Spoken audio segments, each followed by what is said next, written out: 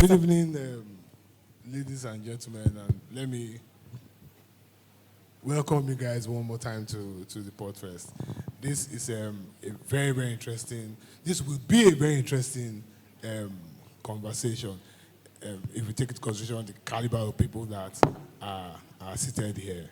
So basically, we're trying to bridge the mic, look at how these things used to be done in the past and how it's being done right now, and see if we are doing things right, or if we are progressing, or if we are retrogressing, as it were. So let me first start from Rufai. Rufai. Yeah, because Rufai and I had a very bad fight recently. Yeah? I just asked him, any reason why you're doing that? Yeah. Yeah. Rufai is the issue in Nigeria today. Rufai is the issue in Nigeria today. Some people think that he's very obnoxious. Some people think he's what we want right now. So Rufai, what do you think of yourself? Okay. Edgar, I consider you a very good friend. And I wouldn't say more than that. But let me tell you something, and tell all of us something. Alexander Shutynitsky, the great Russian writer, said, a great writer is like a new government. No government loves a great writer. So, if with what I do in the media,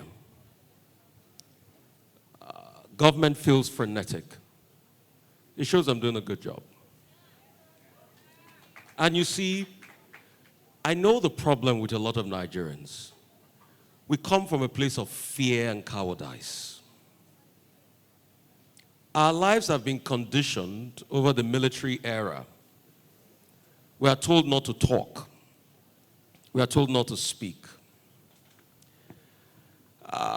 When you sit down with folks that were there during 93, 94, June 12 days, it'll be easy to tell you how the military dealt with a lot of them.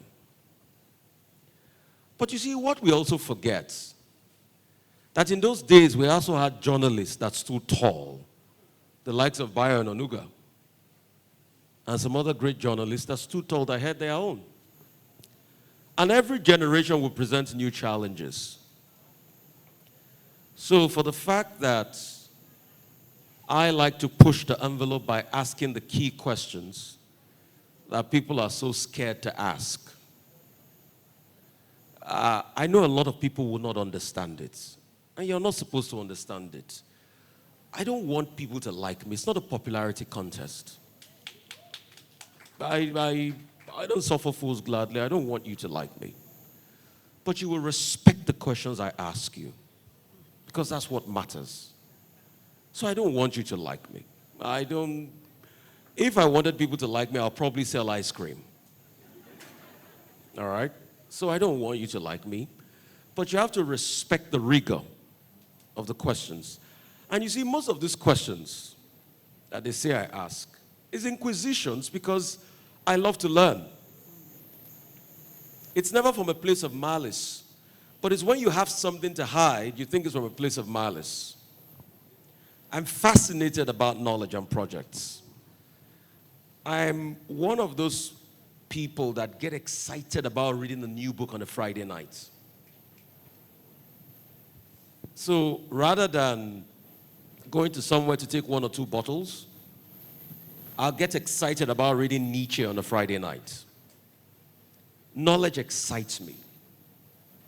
It makes my heart skip. Research excites me. It's my nirvana. So when I bring that same rigor on the air, and I use it to question, and people's got things to hide, or they don't want to say, and I press further, and the next thing they say is rude. And Edgar, the reason why we had our tiff, in case you would like to know, is because I didn't see rigor in your disposition. Your disposition lacked a lot of rigor. With due respect, the minister came attacking me. A 10-minute monologue, attacking, eviscerating, casting aspersions on me, my person, my integrity, that I knew nothing. It was a deliberate attack. I get attacked every time.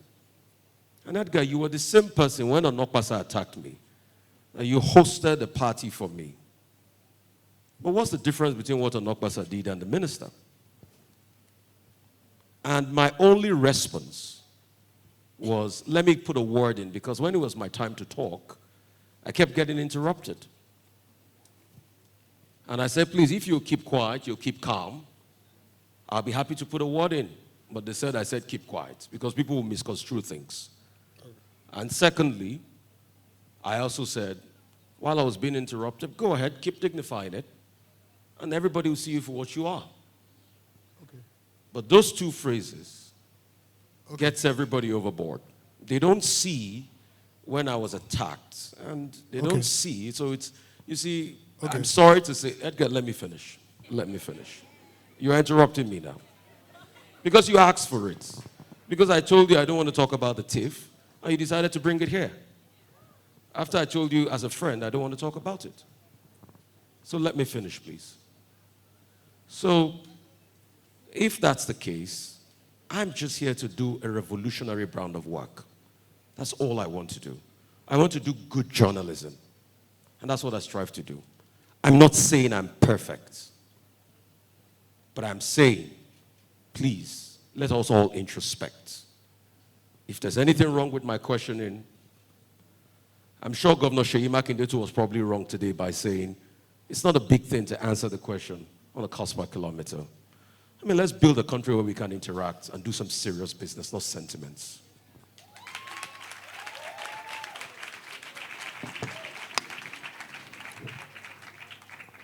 Yeah, okay.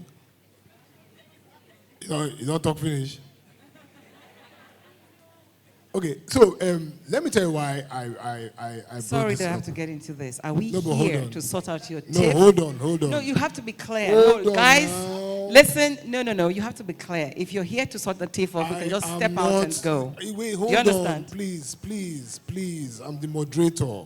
I understand that, but I'm a guest, so I need to know what you're doing. If you understand that I'm the moderator, then you allow me moderate. I've not said anything. You don't even know what I want to say. You don't even know if I want to say something else entirely. It's not about what Rufai said or what Rufai didn't say. Let me talk. What I'm trying to say is that I decided to trigger this conversation, do you get, with that position, because it sits very clearly, do you get me now, with the theme of this parley, which is bridging the mic gap. So my next question was coming to you, do you get, to ask you, do you get, in your days, do you get, how would you have handled a public officer who wasn't ready to be as cooperative as you would have expected as a media person?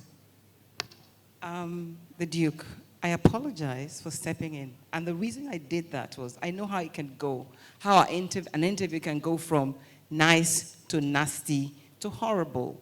One has to determine what is the aim of this conversation today. You spoke about bridging the gap. Your question to Rufai was, who are you? But Rufai's answer clearly was answering something that both of you should talk about outside of here. Rufai went the long route, and that's because there's a tension between both of you, and I understand that.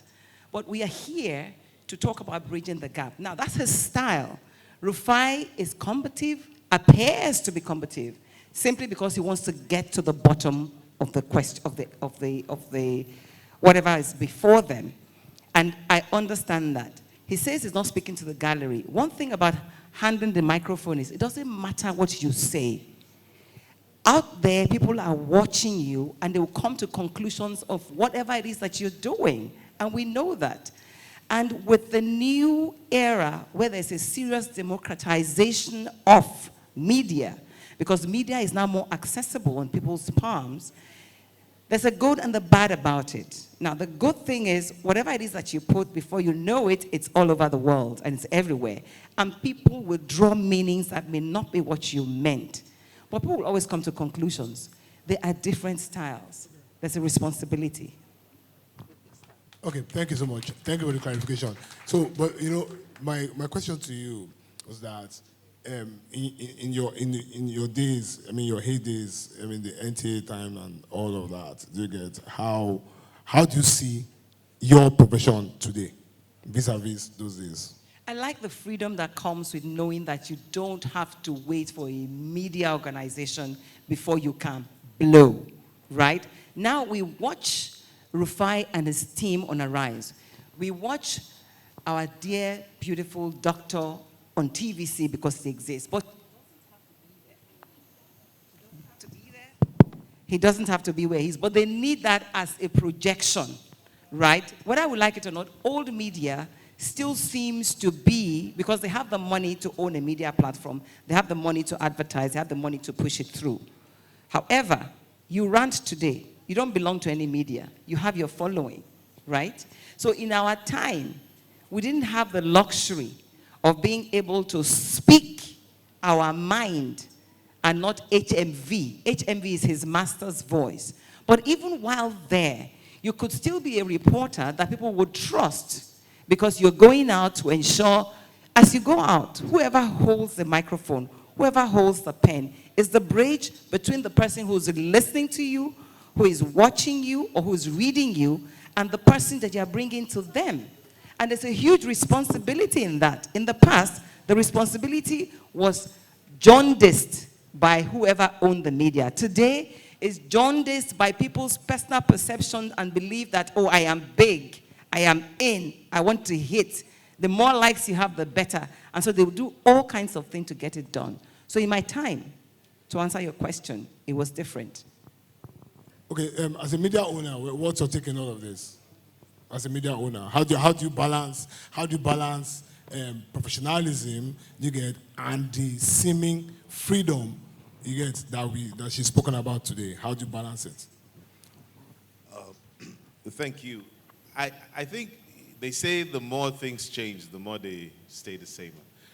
Ultimately, times change, but the thing with professions is they may have new ways of manifestation or new ways that they manifest.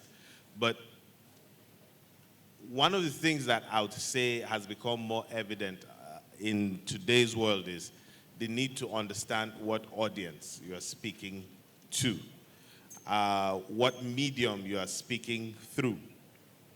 Like she said, if you are speaking through a medium that is regulated, there is how that conversation happens.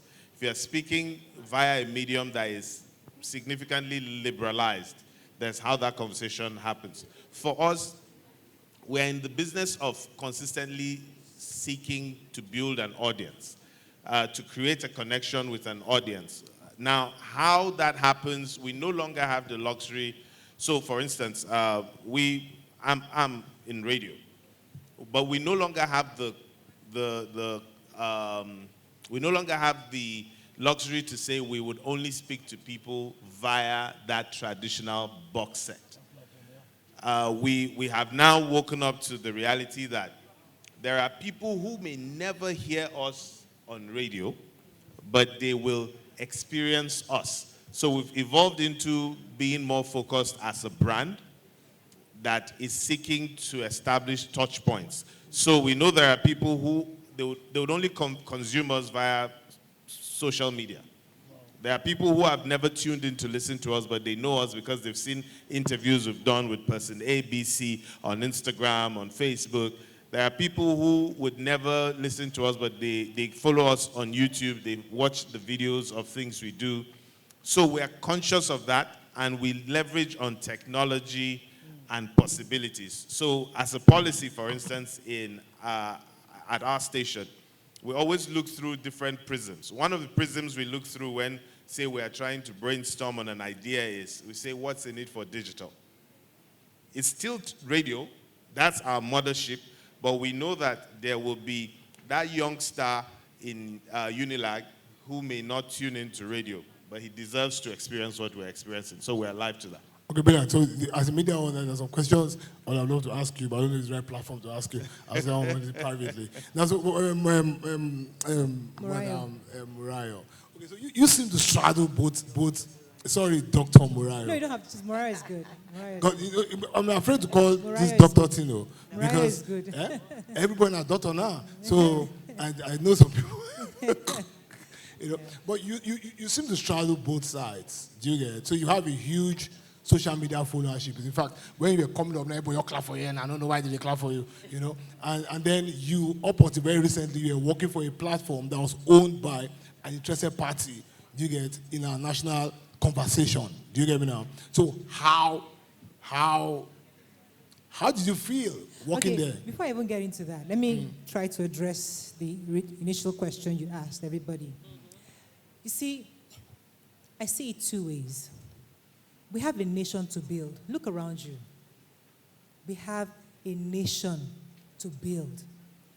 And if we look at it on two sides, the first side, many years ago, I think it was Rufai that referred to how things were in the 93s, when we had during the military junta up until we moved into democracy.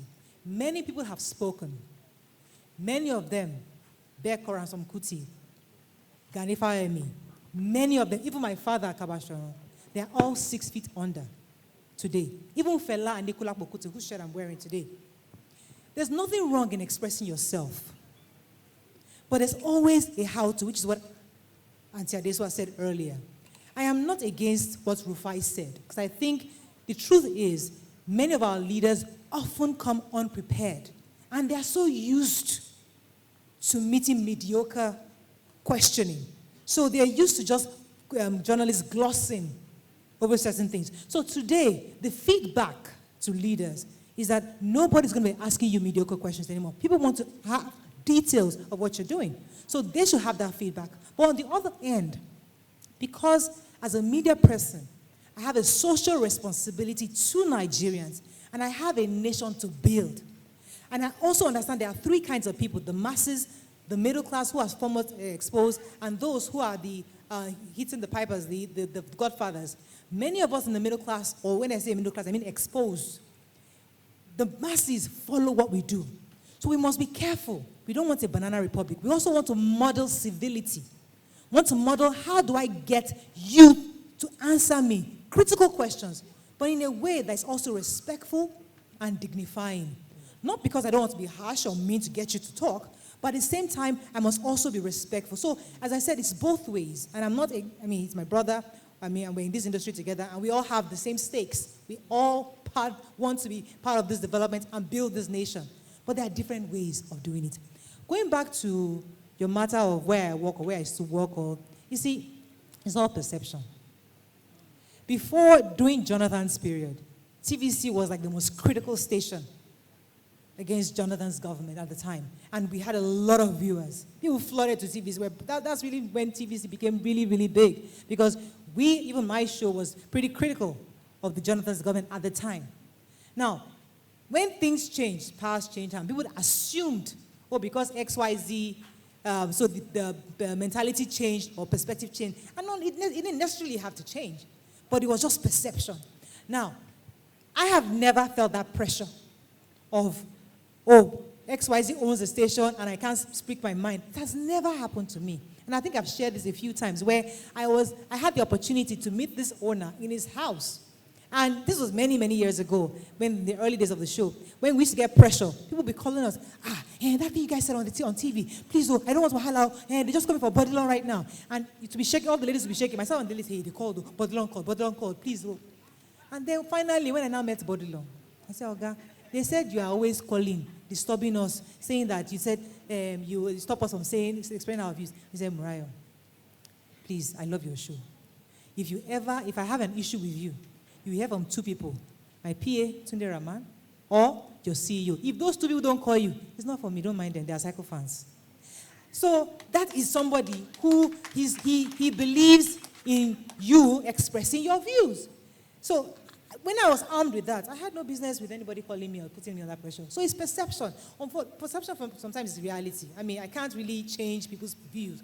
But the truth is, we do our work diligently. Well, I don't. When I used to work there, it was a company that does their work. So yeah, that's how I answer that question. Oh, no, thank you so much. Thank you. Okay, Patrick. Are you professor? Are you professor? In practice. Professor in practice. 45 years practice. Okay, so my question to you is very clear. You have suffered. You suffer. You suffered. No, you have suffered. No, I haven't. You have suffered, and I'll explain to you. So you are very vocal on social media. Do you get it? I think you're kind of very popular amongst the younger generation because you're very popular on social media. You know, and then when you come out and make those statements, I mean, they come at you heavily. Because last time you were on my rants and we had the conversation about, the younger people in the comment section tore you to bits. And I called you because I couldn't sleep because they were tearing you, they were tearing me. They were tearing me. In fact, they were tearing me when they were tearing you. So I couldn't sleep because it was getting to me. So I called you and I said, oh boy, it is something that happened. And you said, oh, you don't read comments. You know, so, but feedback to a media person is very key, I mean. Very important. So how do you relate that to your job how do you relate that where you blank out that kind of feedback? You're talking about something that concerns me directly. And generally, for my mental health, I don't bother with the feedback. But as a professional, when it concerns a national issue, I am very, very scrupulous about determining what the general consensus is about the issue. When I arrive at what I believe to be the general consensus, I weigh it against common sense and good sense. And then I form an opinion, and then I send out my opinion to the public through the mediums that are available to me. So there are two different things. My personal life, I'm not interested in what you have to say because I can introspect without the benefit of external noises. Anybody who needs external noises to introspect about personal things is a deeply troubled person. I am very self-aware of myself, and I'm very, very arrogant about my status to myself. So I don't need external voices to determine who I am. Rufai, how do you handle feedback? Oh, I take feedbacks because after every show I do, I have a team. And they will scrutinize feedbacks and we look at them. There are many forms of feedbacks. And I categorize them. There's pure hate. There are some people that will never like you. There's constructive feedback, all right? There's constructive feedback based on bias.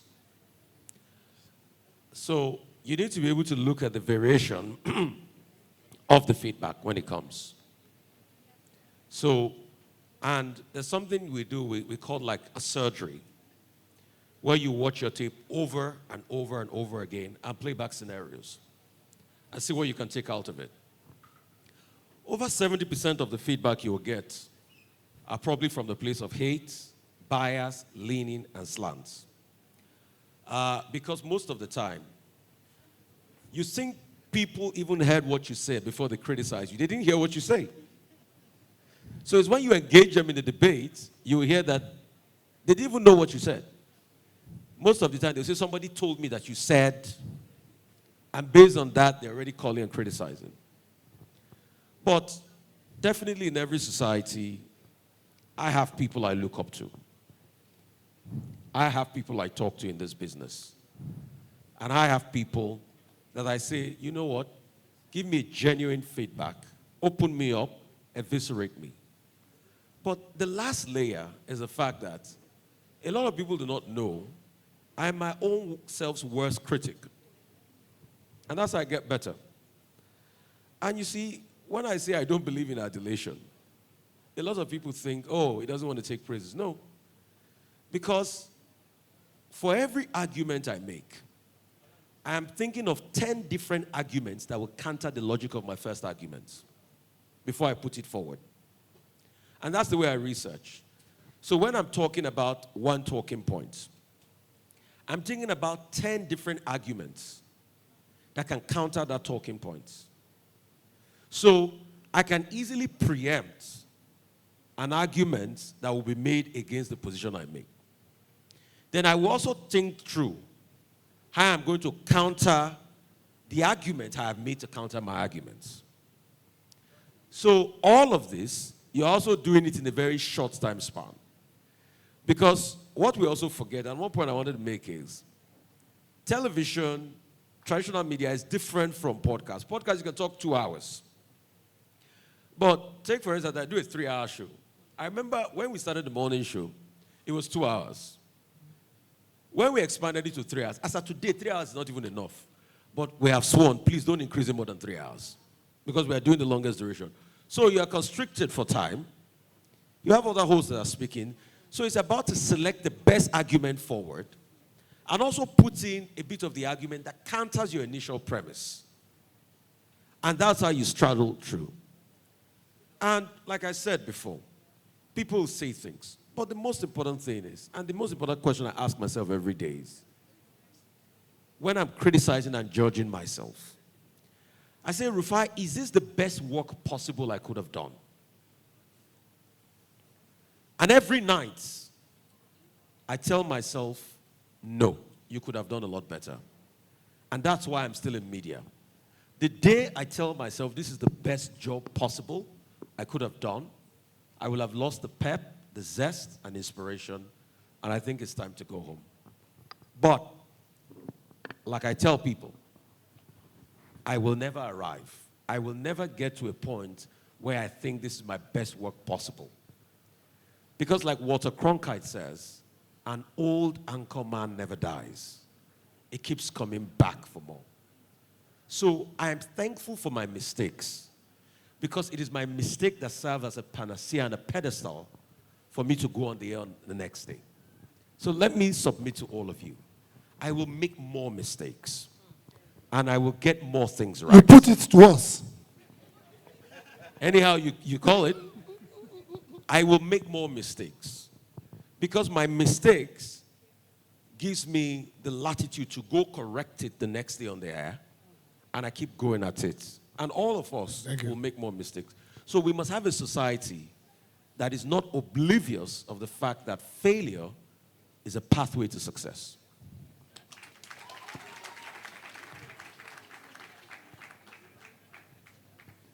Okay, so last words from each of you. But before Recording in progress. before I do that, I feel that it's just right for me to call on a media titan who's in the audience. Do you get, since she's here, let's just hear from her. Azuka Ogujoba. Azuka Ogujoba is a very, very influential, very powerful media person of the old school, but she's transmuting into the new school. Azuka is the one that gave me my opening with This Day. You get, and it's very influential. Azuka, please just come and say a word. I mean, let's hear you out. What's your own position in all of this? Can someone give her the mic so you don't have to? Thank you. Oh, well, yeah, no, come, let's see you. Novex. Come, let me lap you.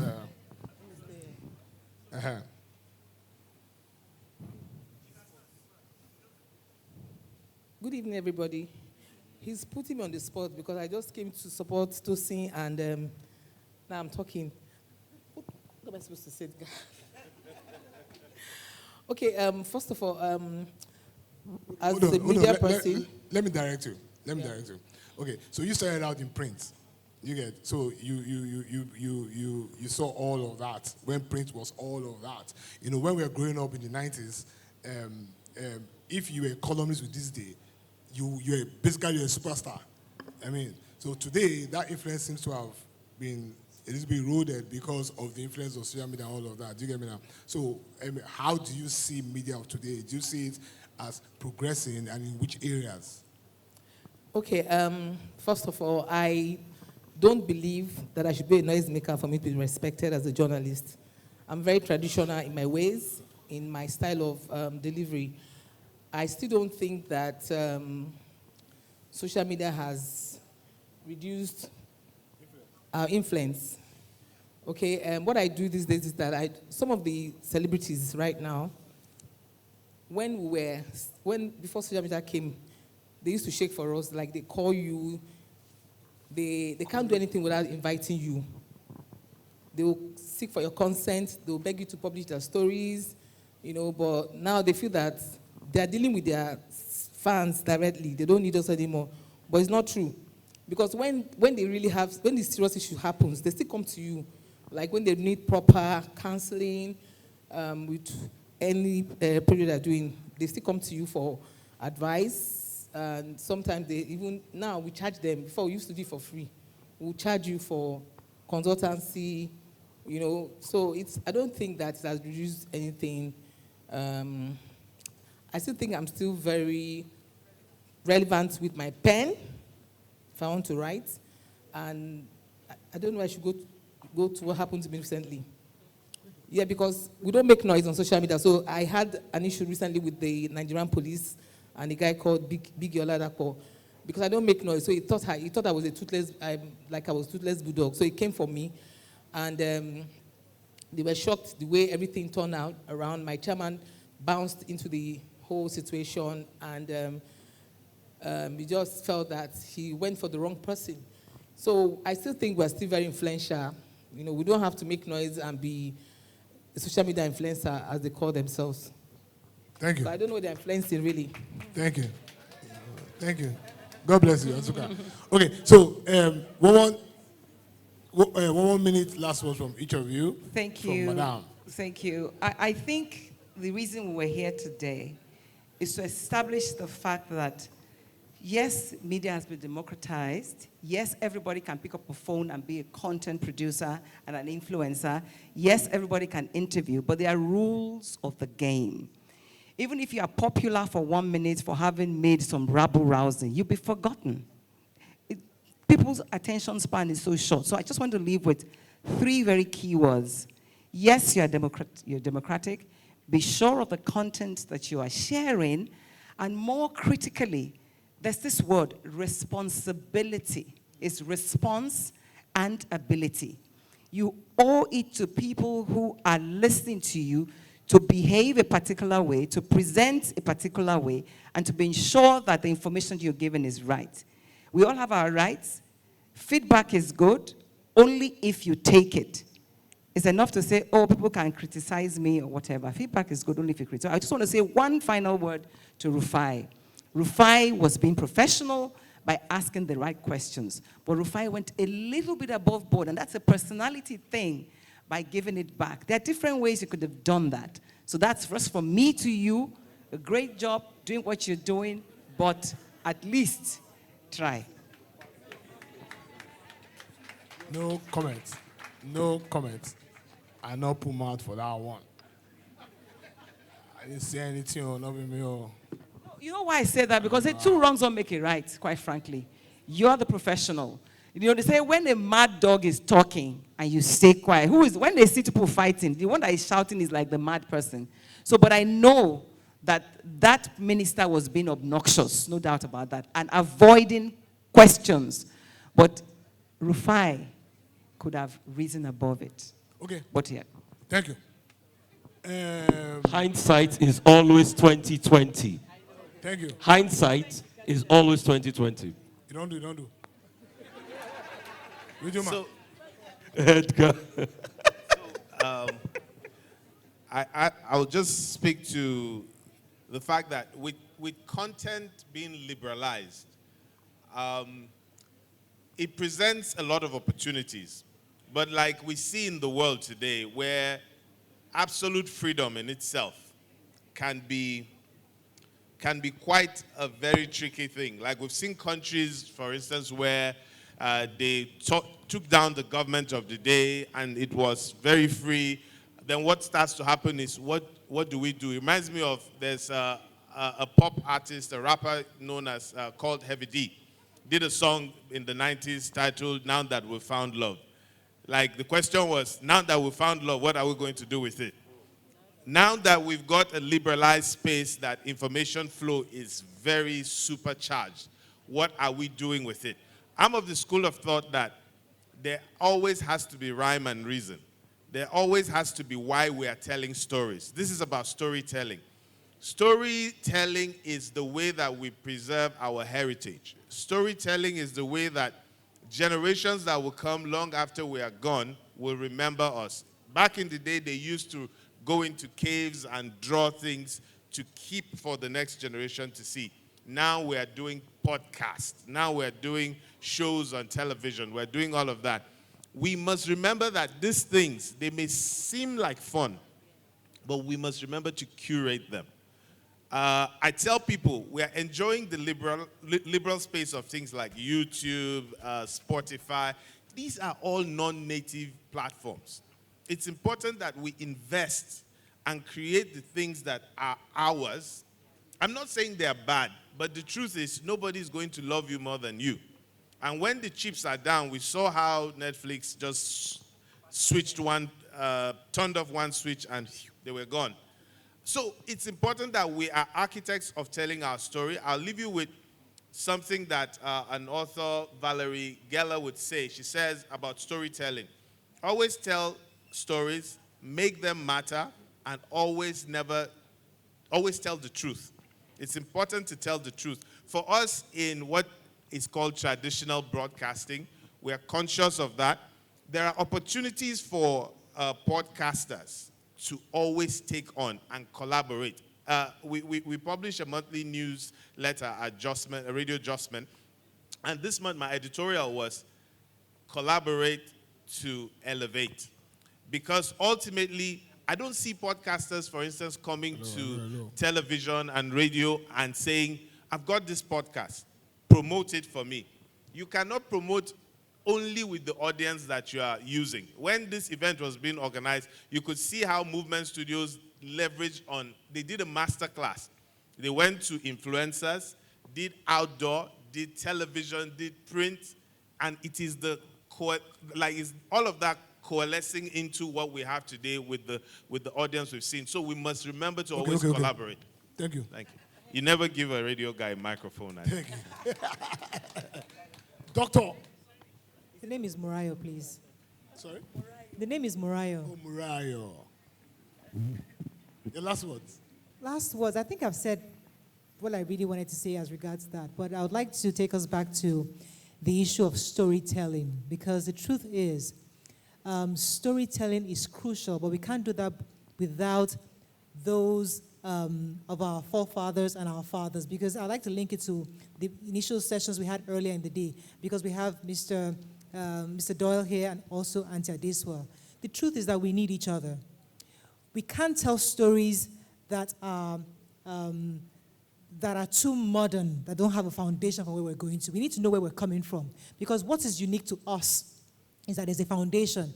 So that's why I'm always very deliberate in making sure we have that bridge between the old school and the new school. We must learn from each other, because it's their own experiences that we can transform and then make ours and make it unique and authentic. So as we tell our stories, let's not burn the bridges with those behind us. Let's not even burn the bridges with our leaders, because the truth is that whether we like it or not, we need them to leave so we can take over. Well, before they can take over, we need to ensure that they clear the path for us. How do you clear the path? It's by aligning and seeing what they're doing and where they are.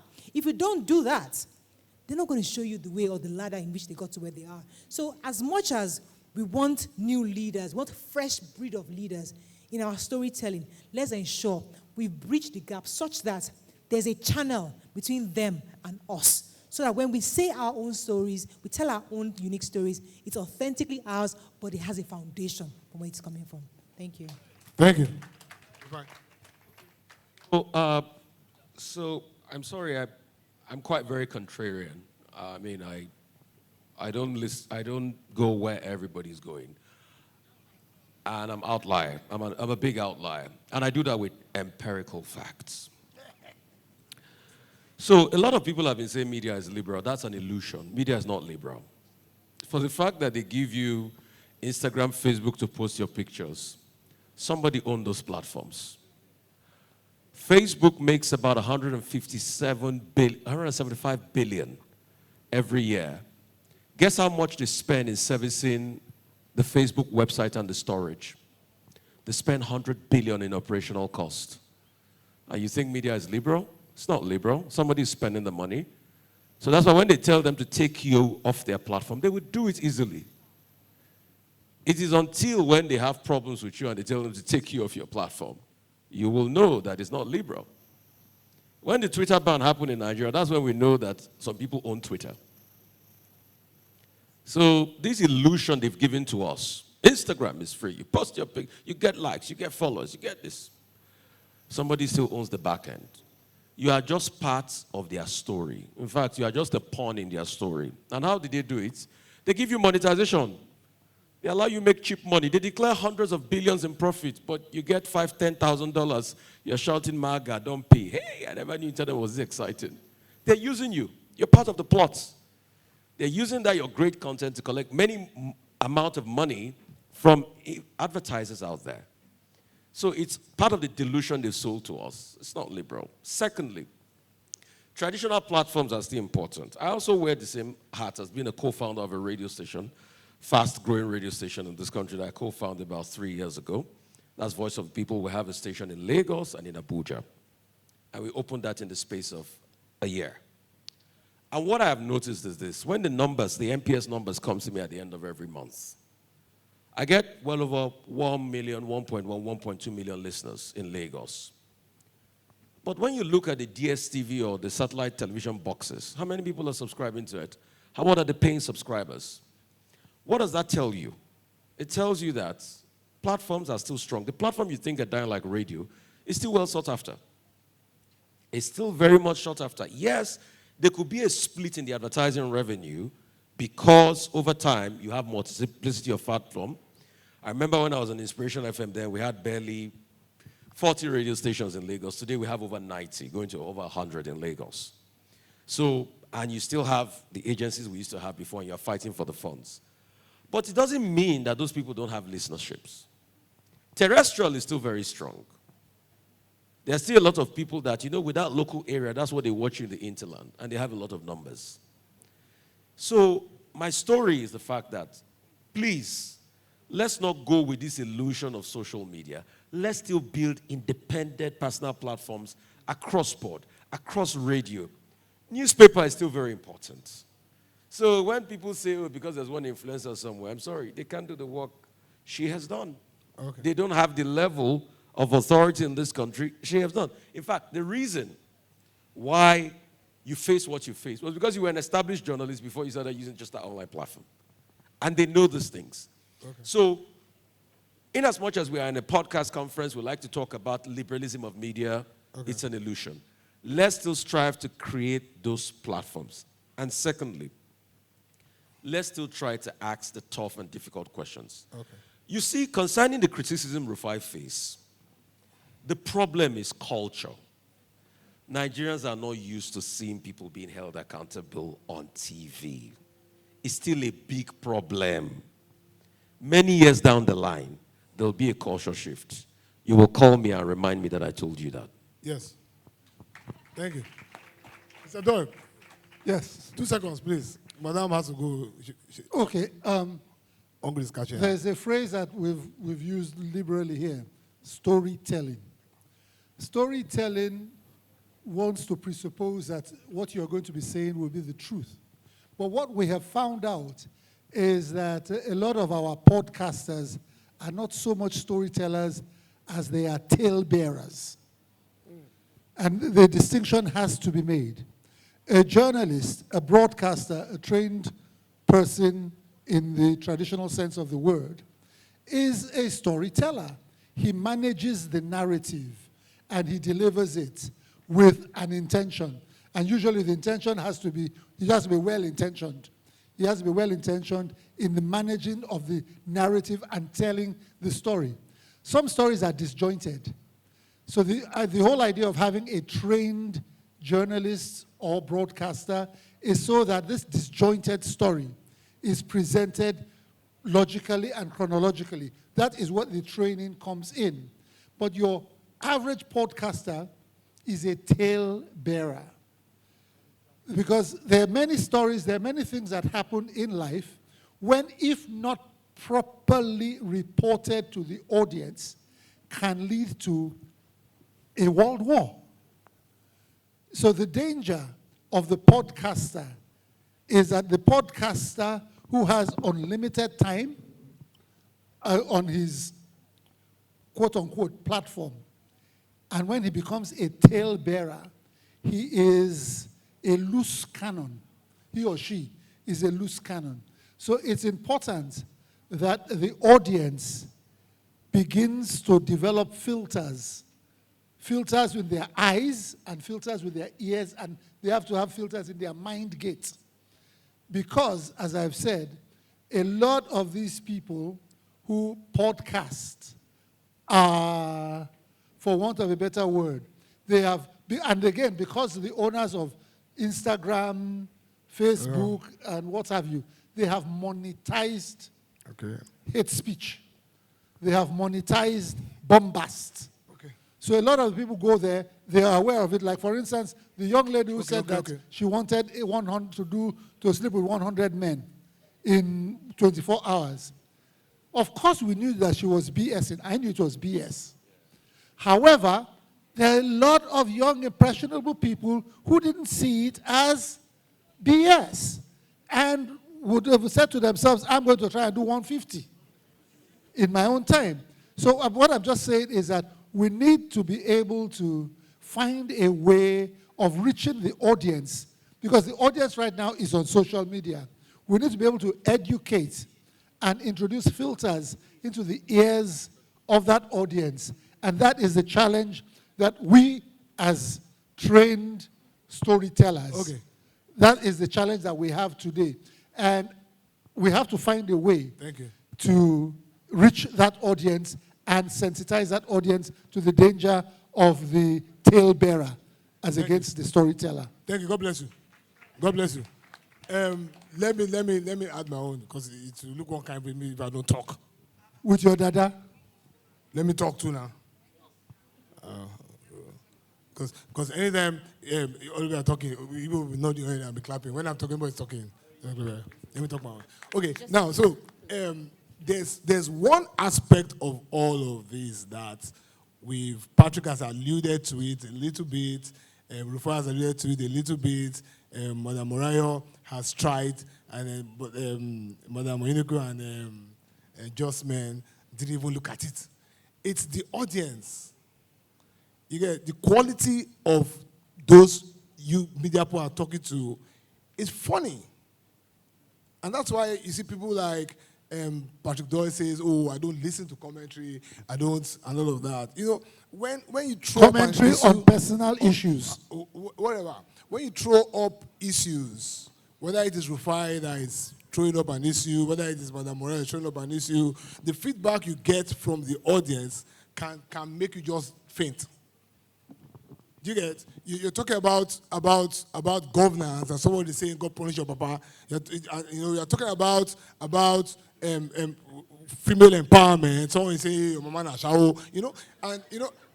You see, so if we don't grow this side, do you get? This side will continue to be impacted, and that's why I'm liking what Tosin and her team have done with this Podfest. Do you get? Because I see it as a very strong vehicle of education of this side.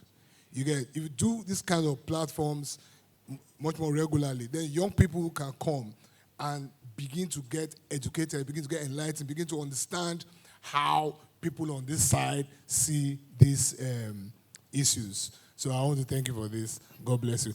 I want to thank Madam Adesuwa, and the rest of you. Oh yeah, everyone come and take picture. Everyone come and take picture. Who? I go beat her. I go beat her. There's no quarrel. Okay, that's lovely to see, right? Did you guys enjoy the initial basketballs? You loved it, Abby? Okay, so a quick picture with everyone. DJ, something soft. DJ.